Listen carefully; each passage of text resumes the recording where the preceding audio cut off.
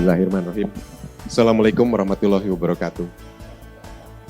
Sebelum saya menyampaikan materi dan sebagainya, saya juga menyampaikan rasa hormat dan terima kasih saya kepada hadirin semua, baik yang berkaitan langsung maupun yang tidak berkaitan langsung dengan gastronomi. Tapi saya yakin bahwa suatu saat kita akan memiliki kesepahaman yang sama tentang gastronomi. Sebelum saya memaparkan, saya akan sampaikan dulu sebuah video sebagai pengantar kita masuk ke dalam paparan. Silakan.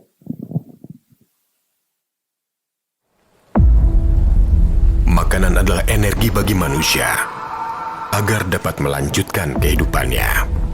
Bahkan dalam sejarah manusia, dosa pertama dilakukan Nabi Adam, manusia pertama, memakan buah terlarang atas bujukan iblis dan mengharuskan manusia hidup sebagai khalifah di bumi.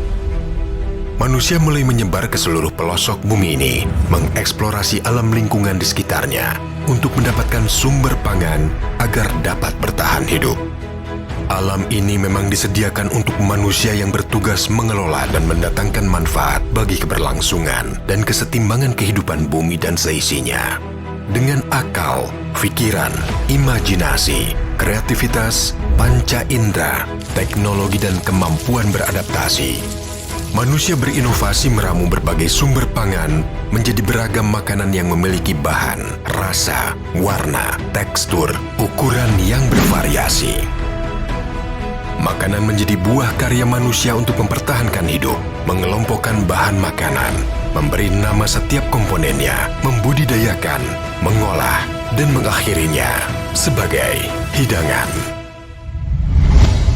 Pada akhirnya, cara mengolah makanan menjadi ilmu tersendiri yang menyentuh berbagai aspek kehidupan lainnya. Manusia menjelajah dunia demi mendapatkan sumber pangan lain yang tidak ada di wilayahnya, menjadikan koloni baru atau wilayah jajahan demi menguasai sumber pangan. Makan dan minum bukan lagi sekedar mengisi perut, menyingkirkan lapar dan dahaga, namun telah berkembang sangat jauh menjadi cara berniaga, berkomunikasi, berpolitik, bersosialisasi, dan tentu saja cara manusia menikmati makanan atau gastronomi di seluruh belahan dunia. Gastronomi adalah identitas, nasionalisme, dan ciri peradaban manusia.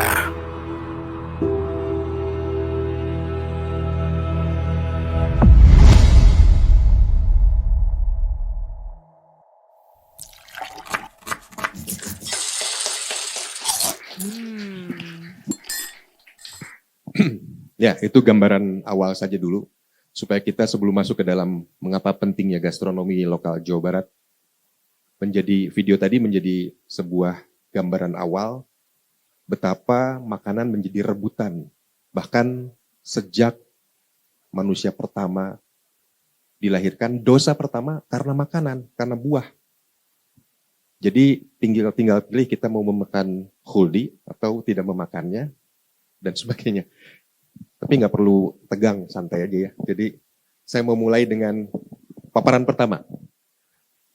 Ini dimulai dari kami, dari Kang Ipong memberikan kepercayaan kami di Divisi Komunikasi dan Gerakan yang sudah dari 2020 sebenarnya.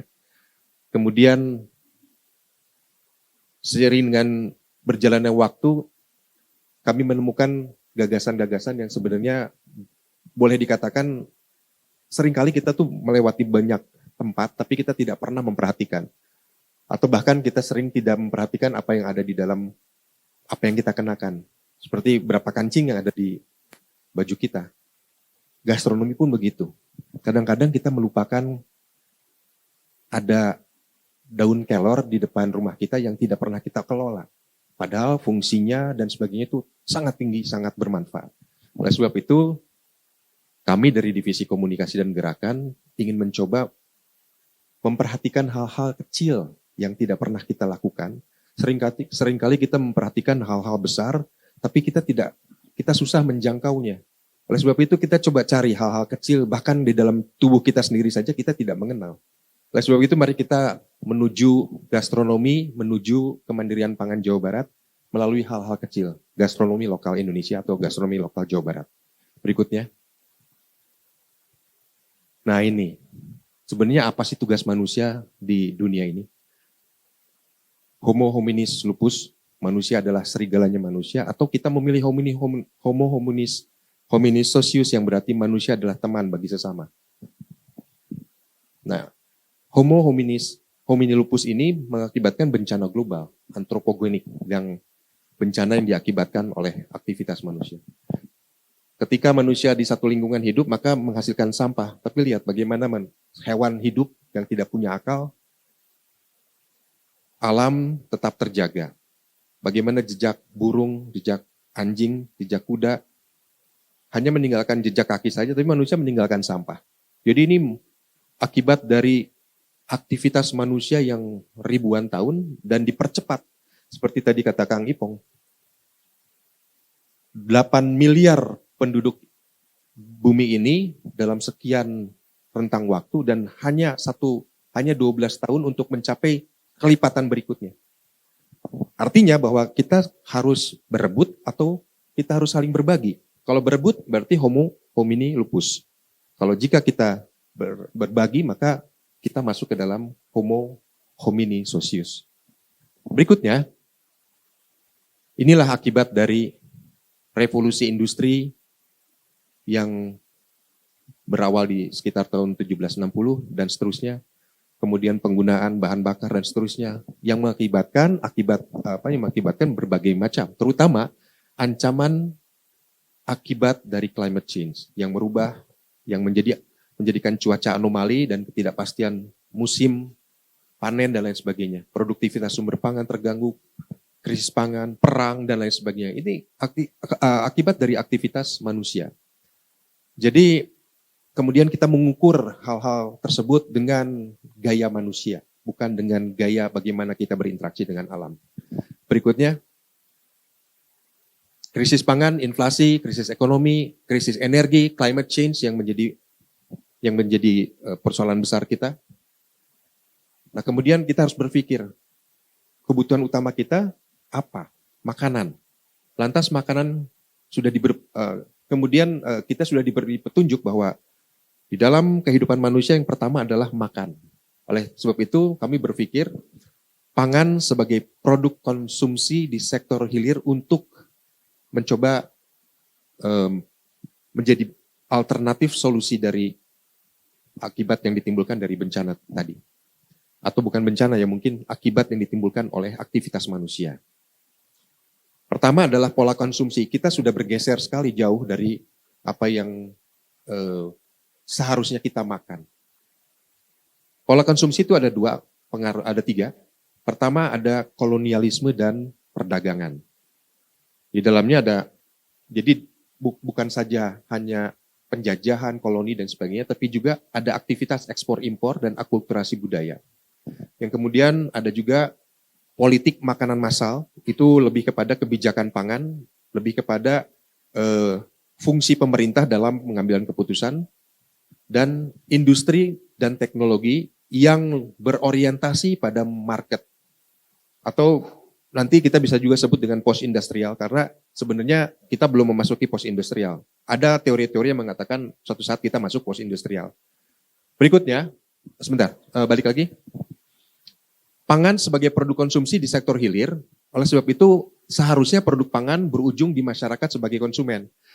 Masyarakat tidak dikendalikan oleh produsen, tapi seharusnya masyarakat menentukan keinginan mereka untuk mengendalikan produsen.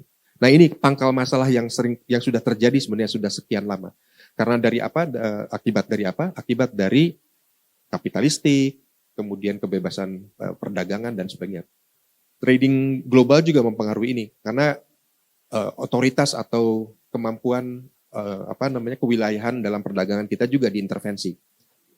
Oleh karena itu, permintaan produk pangan berada di konsumen, tradisi atau kebiasaan, selera, akulturasi, gaya hidup itu harusnya berada di sektor hilir. Kita harusnya tidak boleh dikendalikan oleh industri seharusnya.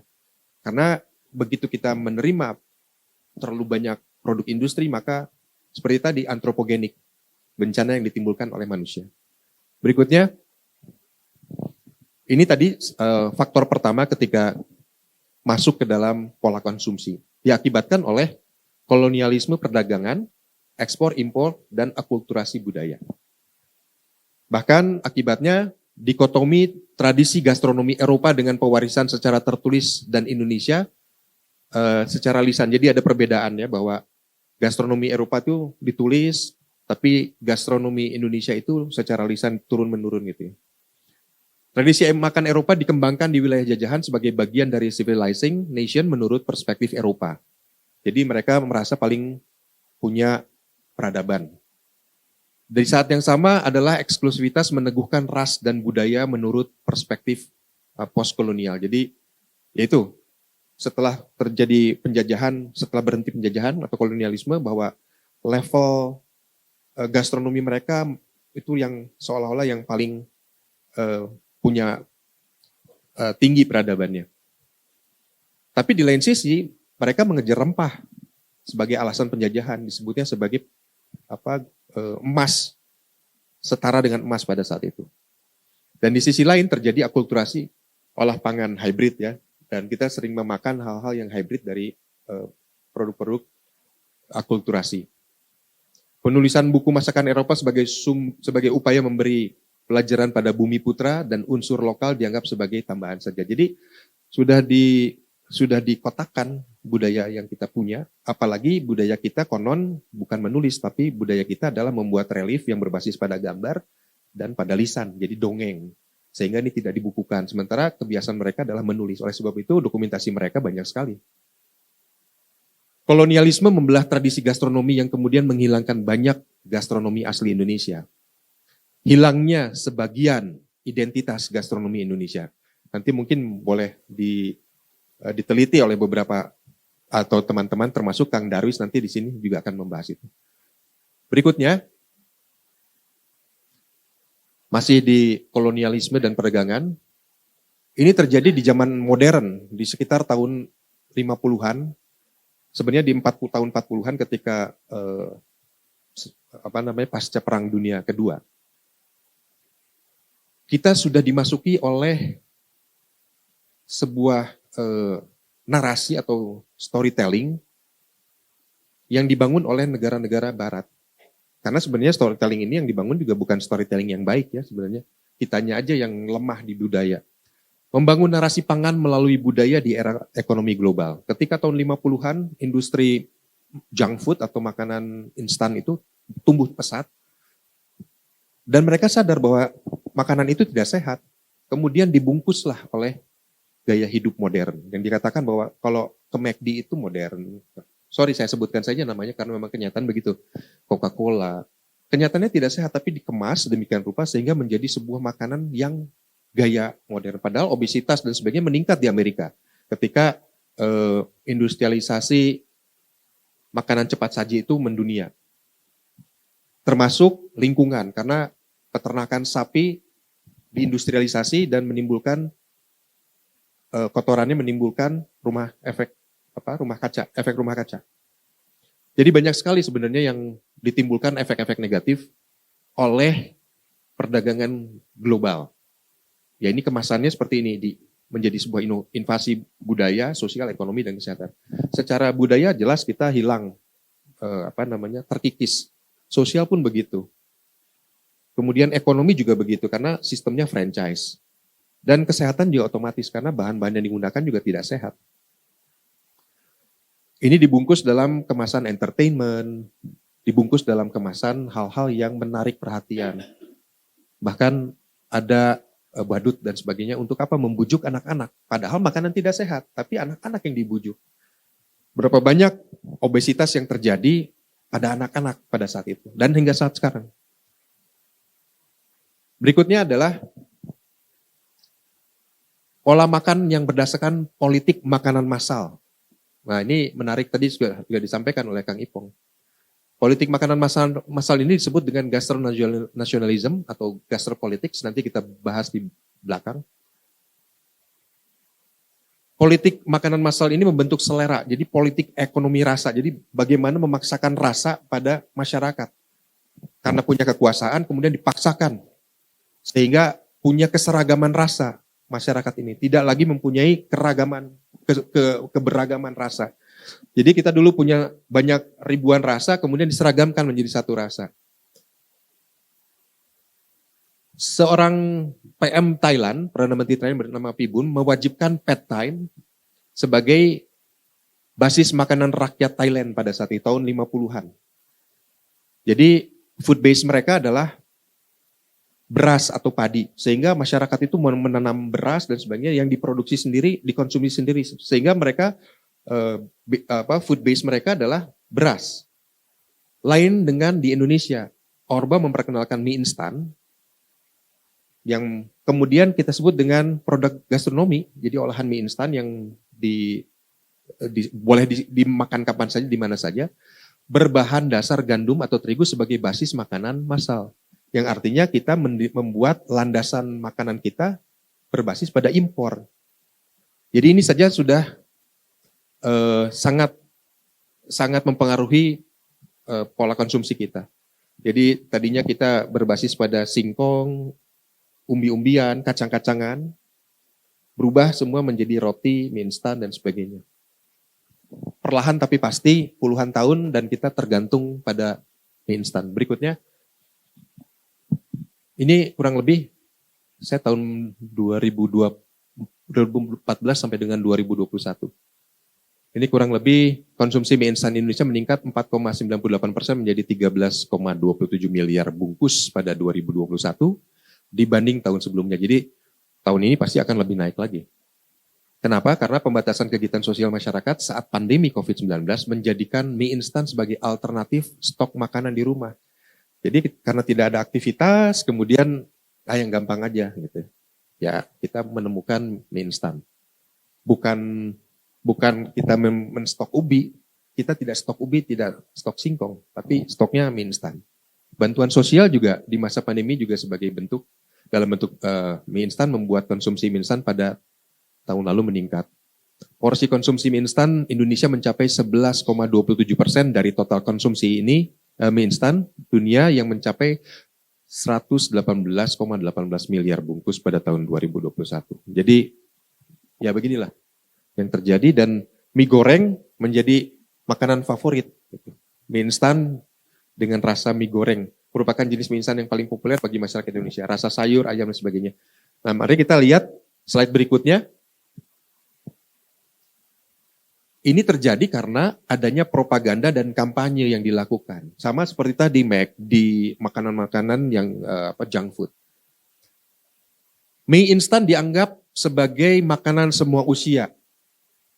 Makanan siap kapan saja, darurat maupun santai gitu ya. Mudah cara memasaknya, mudah didapat, beraneka rasa sesuai selera.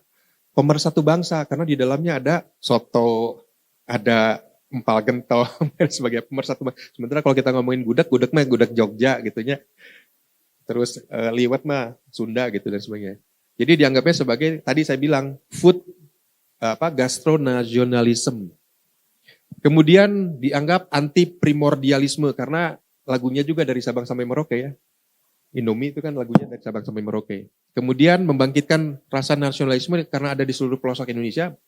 Bahkan ada di beberapa negara dengan nama awal Indo. Jadi misalkan hadirin yang di sini datang ke luar negeri kemana saja, ada Indomie nggak? Kita kangen Indomie. Jadi bukan kangen lotek, bukan kangennya Indomie gitu. Dan namanya Indo itu branding banget gitu, nempel banget. Jadi merek menggunakan penggalan kata Indo. Tim songnya juga menggunakan lagu kebangsaan dari Sabang sampai Merauke, walaupun nadanya berbeda, liriknya berbeda. Bahkan pernah menjadi lagu kampanye presiden.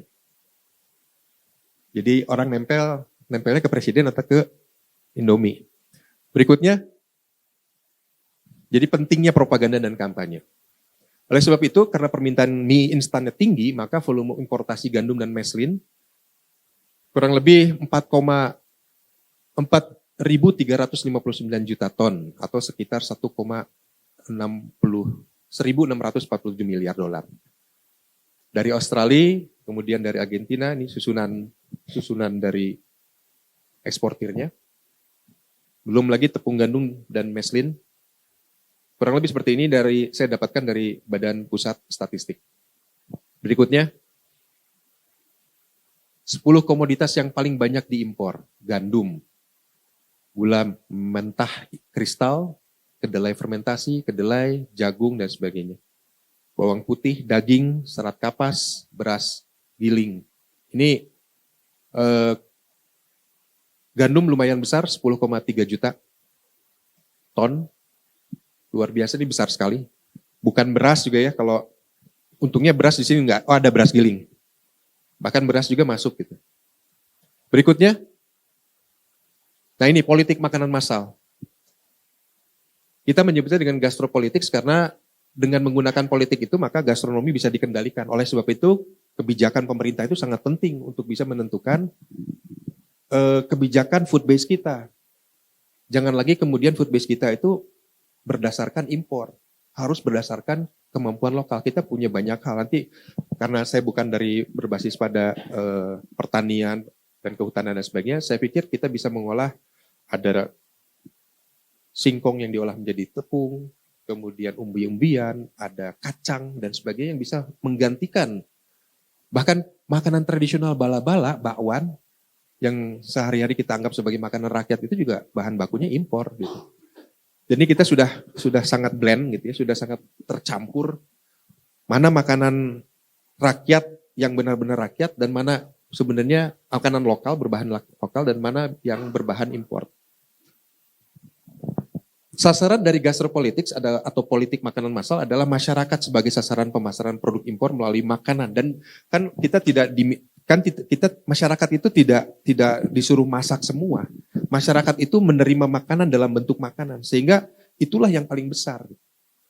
Mungkin setiap hari ibu-ibu masak, tapi ujung-ujungnya menjadi makanan, kan kita tidak makan tepung terigu gitu kan, tapi bentuk makanan. Oleh sebab itu kenapa gastronomi menjadi penting untuk mengubah pola konsumsi kita.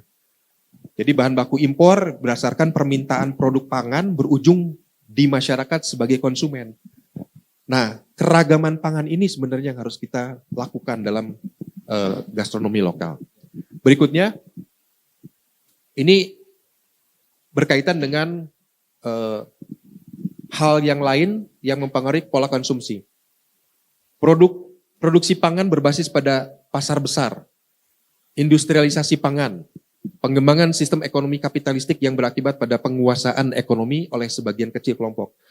Minyak goreng itu produksiannya hanya 6 perusahaan, mempengaruhi 270 juta penduduk Indonesia, panik. Bahan minyak goreng katanya turun dan turunnya naik dan turunnya juga nggak seperti turun yang harga semula gitu. Tapi tetap aja dicari dan kita nggak pernah mendapatkan solusi. Karena apa? Beranggapan bahwa yang penting bisa kebeli. Padahal seharusnya kita harus cari alternatif bahannya. Seandainya memang selalu bersikap yang penting kebeli, ya kita pasti akan membeli terus. Dikendalikan oleh segelintir orang. Produk-produk yang kita konsumsi setiap hari. Kemudian harus membangun sistem hulu kehilir yang mengarah pada sistem monopolistik. Ini jadi industrialisasi yang besar-besaran yang tidak terkontrol akan mengakibatkan, ini mungkin hanya sebagian. Dan market global kita tadi 8 miliar jiwa 2022 sekarang. Artinya bahwa perusahaan-perusahaan global, perusahaan-perusahaan multi raksasa itu sudah membidik bukan hanya Indonesia, tapi membidik 275 juta jiwa Indonesia plus penduduk dunia lainnya. Jadi itulah sebabnya kredo kami adalah global skalanya. Karena dengan tanah yang kita punya ini kita seharusnya mampu untuk memproduksi makanan-makanan. Saya pernah mendengar pangan Indonesia untuk dunia gitu. Bahkan untuk Indonesia saja belum terpenuhi. Jadi saya pikir ini harus menjadi pemikiran kita bahwa sasaran kita bukan 275 juta, tapi 275 juta jiwa plus penduduk dunia lainnya untuk mendapatkan kemandirian pangan. Nah berikutnya, nah ini pola, waralaba dan sebagainya. Saya tidak ingin membahas terlalu dalam ini, tapi paling tidak ini menjadi bagian yang ikut membuat tersendatnya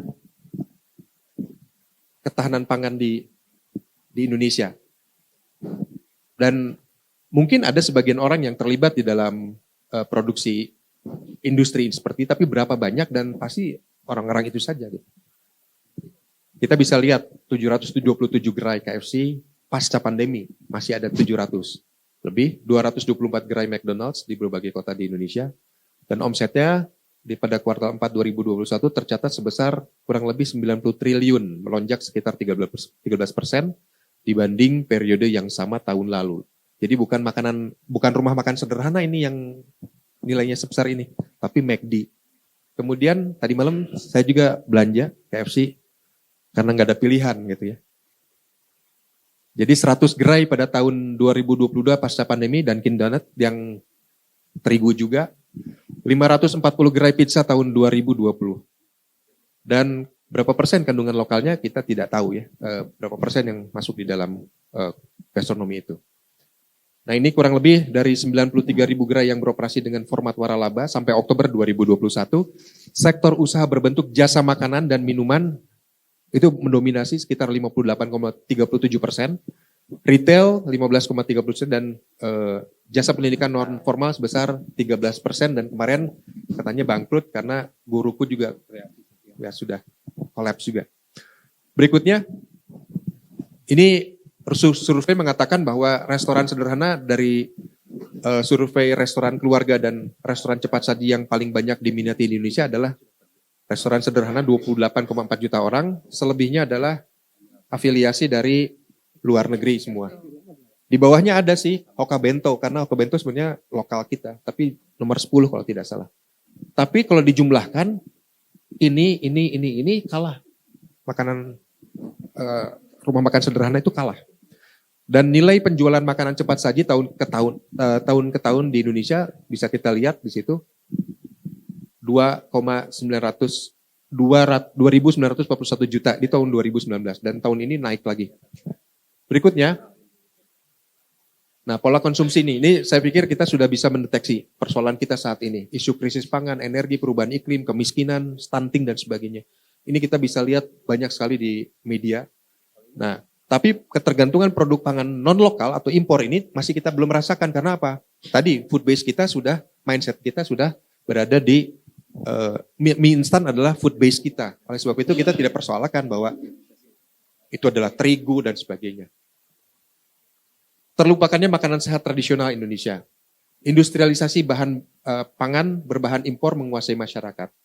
Perubahan tatanan, ekonomi liberal, kapitalisme, budaya, monopoli perdagangan, kerusakan lingkungan, ketimpangan sosial dan ekonomi dan sebagainya.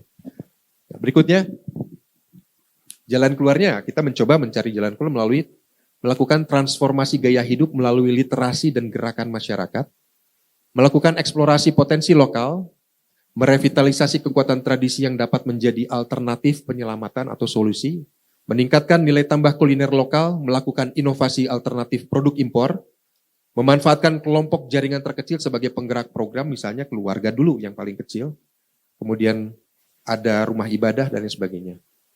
Membuat strategi komunikasi melalui pintu masuknya adalah cara yang sederhana dan berada di sekitar masyarakat. Tadi sudah saya sampaikan, daun kelor itu ada di depan rumah kita, tapi kita abaikan. Padahal Jerman menjual kapsul daun kelor itu dengan harga yang tinggi. Nah berikutnya, mengapa pilihannya adalah gastronomi lokal? Definisinya adalah gastronomi adalah cara manusia menikmati makanan berkaitan dengan ilmu mengenai hubungan antara makanan dengan budayanya. Mengapa gastronomi lokal? Kita mencoba menguatkan pangan lokal di sektor hulu dengan mendorong permintaan pangan di sektor hilir. Jadi kalau permintaannya tidak ada, mungkin tidak ada yang sama seperti begini. Kedelai lokal kita itu tidak ada yang tidak diminati karena apa? Produksi tempe kita impor sehingga petani-petani tidak akan tidak akan menanam kedelai. Tapi kalau kita ubah, tempe itu adalah fermentasi, bukan produk. Yang kacangnya bisa kita rubah dengan kacang lokal, kacang koro, dan lain sebagainya. Sehingga permintaan tempe di luar kacang kedelai impor itu akan meningkat.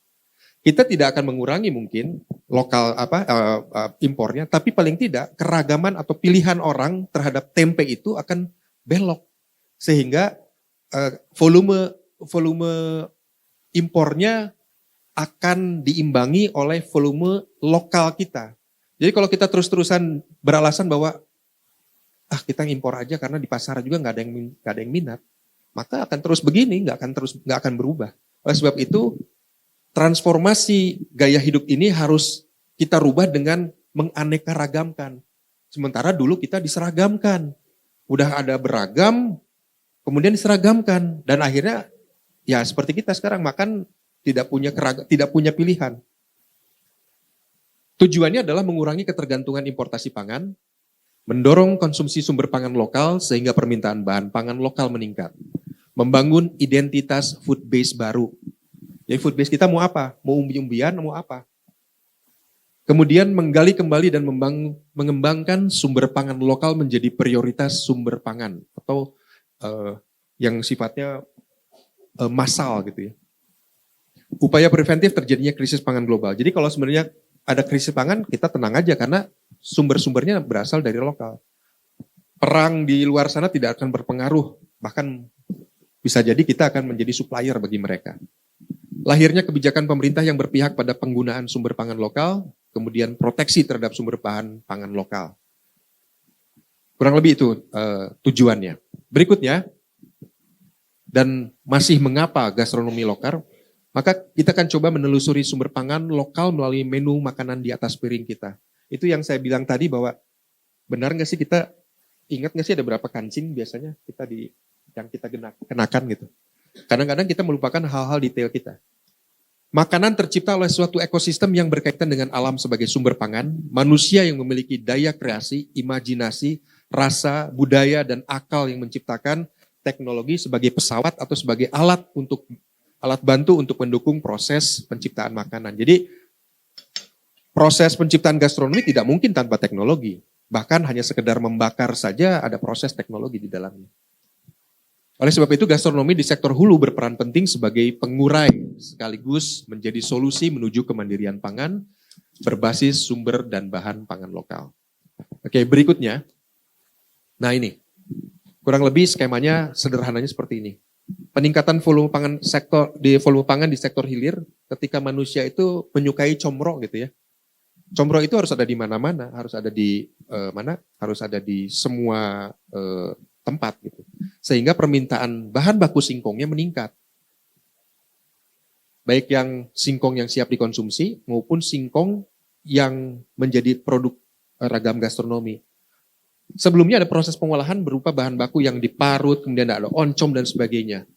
Mundur lagi ke belakang ada pengolahan, dan mundur lagi ke belakang lagi ada panen atau petik, dan ada tanam. Nah, tanam ini berarti kalau permintaannya meningkat, tanamnya juga harus benar. Harus bisa memproduksi hal-hal, memproduksi sesuai dengan permintaan pasar. Dan bukan hanya tanamnya saja, tapi nanti ada perbaikan-perbaikan kualitas pola tanamnya dan sebagainya, sehingga kita coba bangun dari hilir. Kalau kita bangunnya dari hulu tapi nggak ada permintaan di masyarakat, juga ini akan jadi persoalan bagi kita. Berikutnya, gastronomi lokal akan membuka gerbang kemandirian pangan. Melalui gastronomi lokal, berbagai potensi komponen pangan lokal yang tergandung dalam sebuah makanan dapat ditelusuri. Dan ini adalah aspek-aspek yang saya coba urai, aspek gastronomi itu apa saja. Ternyata di situ banyak hal yang mungkin lebih dari apa yang saya tulis di sini. Ada moral, bahkan lingkungan, sejarah, filsafat, geografi, teknologi, sosial, perikanan, komunikasi, kemandirian pangan, dan lain sebagainya. Oke, berikutnya.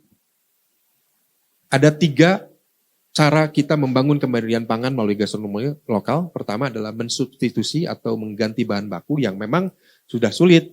Artinya karena kekurangan importasi dihentikan, maka seharusnya kita mengganti untuk mensubstitusi bahan bakunya. Kemudian merevitalisasi atau menggali kembali bahan baku yang tertimbun. Dan yang ketiga adalah memodifikasi atau mengubah cara lama dengan cara baru. Jadi kalau misalkan singkong itu hanya direbus, istilahnya kalau dimasukin ke dalam sekam bara api itu, dan lain sebagainya, tapi kita coba cara lain dengan hal-hal yang lebih dimodifikasi dengan hal-hal yang lebih menarik gitu. Berikutnya, ini pentingnya, jadi masyarakat tidak bisa berdiri sendiri untuk menuju kemandirian pangan. Pemerintah tidak bisa berdiri sendiri. Akademisi juga tidak bisa berdiri sendiri. Akhirnya kita membutuhkan kolaborasi. Saya mohon maaf kalau saya sampaikan bahwa rata-rata masyarakat mau bergerak itu terkendala oleh birokrasi. Karena pemahaman masyarakat tentang birokrasi juga tidak sampai, karena mereka bukan birokrat gitu.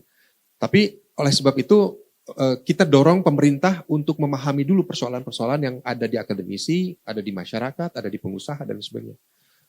Dan kita berharap pemerintah dapat mengakomodir persoalan-persoalan ini menjadi sebuah kesimpulan dan mendorong gagasan-gagasan dari masyarakat, akademisi, media, pengusaha untuk menjadi akselerasi yang cepat. Kalau kita misalkan begini, saya tanya, bagaimana cara meningkatkan gastronomi lokal kita? Oh tunggu, saya lihat nomenklaturnya ada nggak? Udah keburu kelaparan, udah keburu. Jadi hal seperti ini terjadi. Tidak bisa kita pungkiri bahwa ini terjadi. Maksudnya baik, tapi akhirnya menjadi hambatan buat kita. Atau misalkan anggarannya ada nggak? Tunggu ya anggaran baru. Udah kering aja tanahnya. Ini banyak terjadi. Oleh sebab itu pentingnya kolaborasi multi helix. Kita membutuhkan pemerintah untuk mendorong dari segi tadi gastropolitics, kebijakan-kebijakan yang berkaitan dengan gastronomi. Kemudian akademisi yang melakukan penelitian pangan dan sebagainya yang mungkin tidak bisa diakomodir karena keterbatasan birokrasi dan lain sebagainya. Sehingga kami berpikir ini sebenarnya teori lama ya. Tapi teori lama ini tidak pernah ada prakteknya. Seperti kita punya Pancasila, tapi nggak pernah ada. Jadi hanya teori-teori semuanya. Oleh sebab itu kita rumuskan bersama. Akademisi bagaimana rumusannya, media bagaimana, pengusaha seperti apa. Kalau pengusaha sih bisa ya, nggak usah lokal, impor aja terus, bisa juga gitu. Jadi bukan hanya di pemerintah, bukan hanya di masyarakat, persoalan ada di semua helix. Akademisi ya sudahlah masuk aja laci, nggak pernah dirilis penelitian. Sementara saya perhatikan di beberapa negara maju, penelitian itu menjadi tontonan film yang menarik. Film fiksi ilmiah Hollywood, itu hasil dari penelitian luar angkasa misalkan. Dan kita hanya menonton. Dari situ kita melihat bahwa ternyata dulu pernah ada kejadian di film tersebut. Ternyata film itu berdasarkan penelitian dan kita tidak pernah membuat penelitian menjadi film yang fiktif, film yang science fiction gitu. Dulu fiction, tapi sebenarnya sekarang tidak fiction karena apa? Karena sudah terjadi gitu. Dan saya khawatir kalau kita tidak melakukan kolaborasi yang kompak, kita tidak melakukan kolaborasi yang kompak seperti yang diharapkan, maka sebenarnya bisakah kita berharap bahwa FGD ini menghasilkan sesuatu? Bisa, tapi timpang. Berikutnya,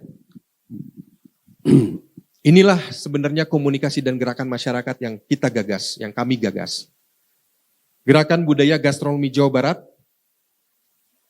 adalah gagasan merevitalisasi dan memodifikasi sumber dan bahan pangan lokal melalui strategi komunikasi dan gerakan masyarakat agar memperkaya literasi dan mendorong gerakan masyarakat untuk mengetahui, mengerti, memahami, serta ikut berpartisipasi menuju kemandirian pangan Jawa Barat, khususnya Indonesia pada umumnya. Jadi saya pikir jangan sampai ada hal-hal yang tidak pernah kita perkirakan akan terjadi di kemudian hari dan kita baru sadar setelah kita sudah berada di jurang yang makin dalam. Sebelum saya akhiri, saya akan mengucapkan terima kasih ke Pak Maman. Karena Pak Maman sebenarnya begini, saya akan cerita dulu ya, setback sedikit aja. Oke, 5 menit terakhir Kang Erik. Berapa? 5 menit terakhir. 5 menit ya. Gagasan gastronomi lokal Jawa Barat sebenarnya bermula dari inginnya mendokumentasikan pangan-pangan lokal Jawa Barat. Yang menurut saya banyak yang membuatnya. Dokumentasi video banyak. Tapi ya begitu asal. Sementara kalau kita lihat di OTT, over the top, kayak Netflix dan sebagainya, kita lihat dikemas sedemikian rupa. Ada unsur budaya, ada unsur masyarakat, profesi dan sebagainya yang terlibat di dalamnya. Ada unsur transportasi. Dan dikemas dengan cerita yang menarik dan curiosity atau rasa ingin tahu kita terhadap satu produk makanan itu tinggi. Hanya karena dokumentasi. Tapi ditangkap oleh Pak Maman ini sebagai sebuah poin masuk bagus untuk menjadi program KPD. Saya minta tepuk tangan buat Pak Maman dulu nih. Saya juga menyampaikan itu ke Pak Ipong dan akhirnya ayo dong kita maju. Jadi sebenarnya gagasannya kecil sekali dokumentasi, tapi ketika kita kerjakan bersama, saya kaget juga agak, terus terang saya tadi agak gemeter juga, saya bisa nggak ngomongnya.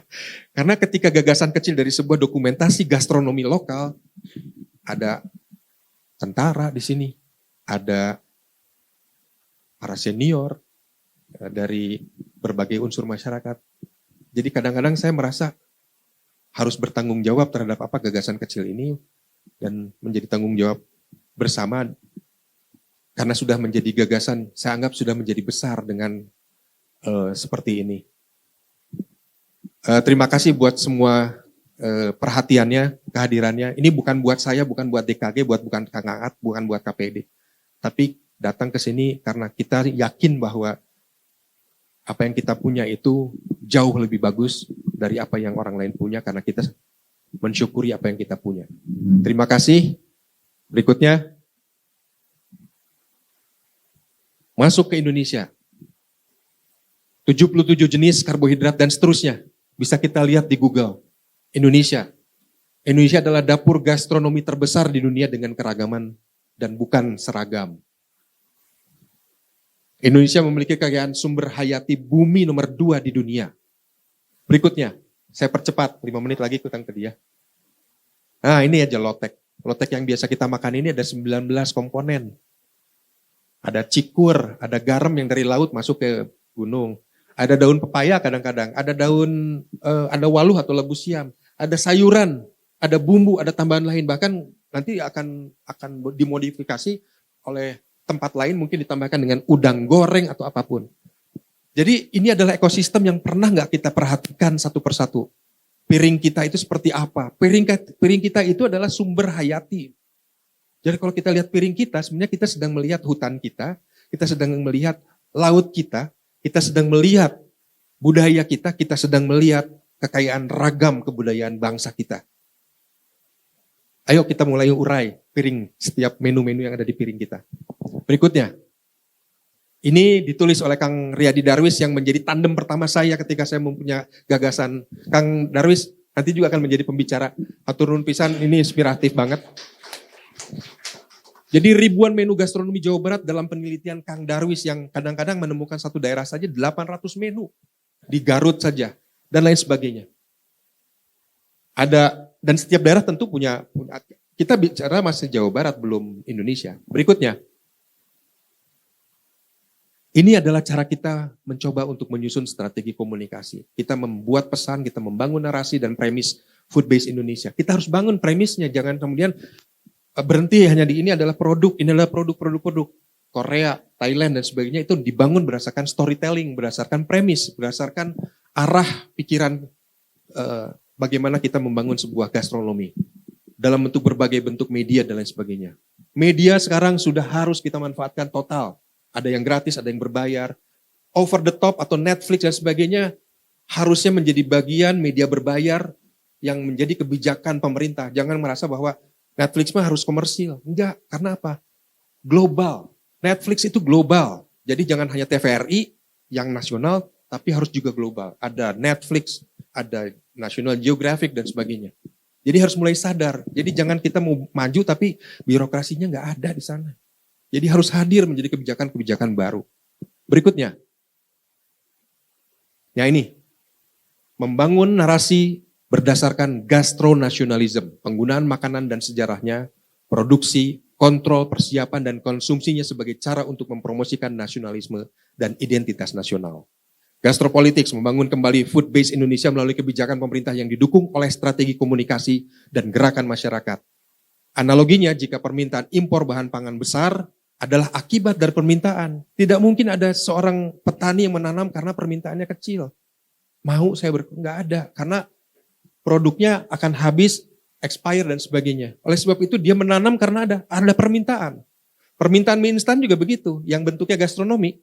Itu diminta karena ada permintaan, maka impor gandum akan akan terus besar. Oleh sebab itu harus cari penggantinya. Banyak sekali banyak ahli gastronomi di sini. Berikut kampanye. Gerakan gastronomi Jawa Barat yang kita kampanyekan, sehat produknya, lokal bahannya, global skalanya. Kesimpulannya adalah kemandirian pangan lokal. Input, processing, output. Udah nggak usah ngomongin lagi sehat, pasti akan sehat, pasti akan lokal, pasti akan global. Oleh sebab itu, jangan abaikan gerakan gastronomi Jawa Barat membangun kampanye premis food base Indonesia. Berikutnya, terima kasih. Wassalamualaikum warahmatullahi wabarakatuh. Wow, keren.